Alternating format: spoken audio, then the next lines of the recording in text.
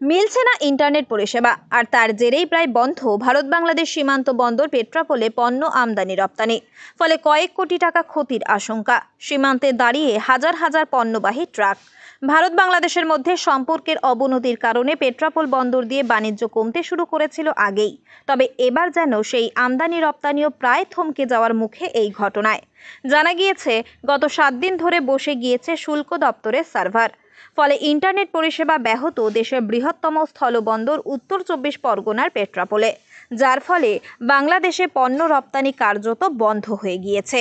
ধাক্কা লেগেছে পণ্য আমদানিতেও। সমস্যা সমাধানে দ্রুত হস্তক্ষেপের আবেদন জানিয়ে কেন্দ্রীয় অর্থমন্ত্রী নির্মলা সীতারামনকে ইমেল করেছেন শুল্ক দপ্তর অনুমোদিত আমদানি রপ্তানিকারী সংগঠন Petrapole clearing agent staff welfare অ্যাসোসিয়েশনের সম্পাদক কার্তিক চক্রবর্তী।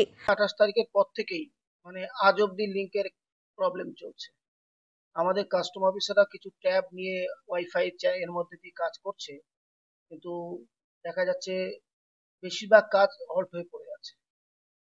আমরা 28 তারিখের পরে যে রপ্তানিগুলো করছি, ফিজিক্যালি গাড়ি হয়তো যাচ্ছে, কিন্তু অফিসিয়ালি কোনো এক জায়গায় আটকে যাচ্ছে, যেটা ম্যানুয়াল প্রসেসে এখন আমরা এক্সপোর্ট করছি সেই জায়গায়।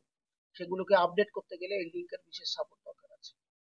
এক্সপোর্টারদেরও একটা বড় অস্বস্তি আছে যে ইজিএম হচ্ছে না, যেখানে এক্সপোর্ট জেনারেল ম্যানুফ্যাকচার বলা হয়। ইজিএম হচ্ছে ফাইনাল বার্তা যে রপ্তানি হলো। লেট এক্সপোর্ট কাস্টম যেটা করে সেটাকে কাস্টমের অ্যাঙ্গেল থেকে গাড়ি ছেড়ে দেওয়া হলো, কিন্তু ক্রস বর্ডার হওয়ার ক্ষেত্রে এই ইজিএম একটা মাস্ট, কিন্তু ইজিএমটা করতে পারছে না। বর্তমানে সীমান্তে বাণিজ্যের কাজ প্রায় পুরোটাই ইন্টারনেট নির্ভর। শুল্ক দপ্তর সূত্রে খবর, 28 এপ্রিল দপ্তরের নির্দিষ্ট সার্ভার বসে যাওয়ায় সংযোগ চলে যায়। চেষ্টা করেও তা আর ফেরানো যায়নি এখনো পর্যন্ত। কী কারণে সংযোগ গিয়েছে তা বোঝাও যাচ্ছে না। কর্তৃপক্ষকে গোটা বিষয়টি জানানো হয়।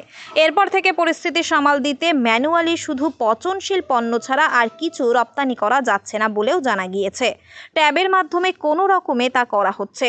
সংগঠনের সম্পাদক কার্তিক চক্রবর্তী বলেন, কেন নেট সংযোগ ফিরছে না তার সদুত্তর মিলছে না। কোটি কোটি টাকার বাণিজ্য ক্ষতিগ্রস্ত হচ্ছে, তাই অর্থমন্ত্রীকে হস্তক্ষেপের আর্জি জানানো হয়েছে। বিষয়টি নিয়ে তৎপরতা শুরু হলেও এখনো পর্যন্ত ইন্টারনেট পরিষেবা ব্যাহত বলেই জানান তিনি। কাঁচামাল যেগুলো আছে সেগুলো অনেক সময় ম্যানুয়ালি ছেড়ে দিচ্ছে, এবং কাঁচামালের জন্য যে ট্যাব গুলো কাস্টম অফিসারকে দেওয়া হয়েছে কাজ করার জন্য, তারা সেইটাকে ইউজ করে কিছুটা কাজ এগিয়ে দিচ্ছে। তো গতকাল এবং আজকে বেশ কিছু এক্সপোর্টার তাদের রপ্তানি না করার জন্য তারা রেখে দিয়েছে। আমরাও একটা হেল্পলেসে পৌঁছলাম, কেন ফার্দার যে প্রসেসে আটকে যাবে সেখানে আমরা এক্সপোর্টারদের কোনো কোশ্চেন উত্তর দিতে পারবো না। তো স্বাভাবিক কারণেই আমরা কদিন আগে ডেপুটি কমিশনার কাস্টমসকে চিঠি দিয়েছি, ল্যান্ড পোর্ট অথরিটিকে জানিয়েছি। সুবিধা পোর্টাল যারা আমাদের ট্রাক গুলোকে খুব সুন্দরভাবে বর্ডারে পৌঁছে দেয় একটা সিস্টেমের মধ্য দিয়ে, তাদেরকেও জানিয়েছি। আজকে আমাদের মাননীয় অর্থমন্ত্রীকে একটা মেল করার চেষ্টা করলাম, হয়তো পৌঁছে গেছে। তার কাছে এটা জানতে চাইছি যে আমাদের এই সমস্যা তিনি যদি একটু দৃষ্টি দেন, কেননা কোন এজেন্সি সঠিক কিছু বলতে পারছে না যে কবে ঠিক হবে, কখন ঠিক হবে। এখন কতক্ষণে ইন্টারনেট পরিষেবা পুনরায় স্থাপন করে সীমান্ত বাণিজ্য স্বাভাবিক করা যায় সেদিকেই তাকিয়ে সকলে। উত্তর 24 পরগনা থেকে রুদ্র নারায়ণ রায়ের রিপোর্ট, লোকাল 18 বাংলা।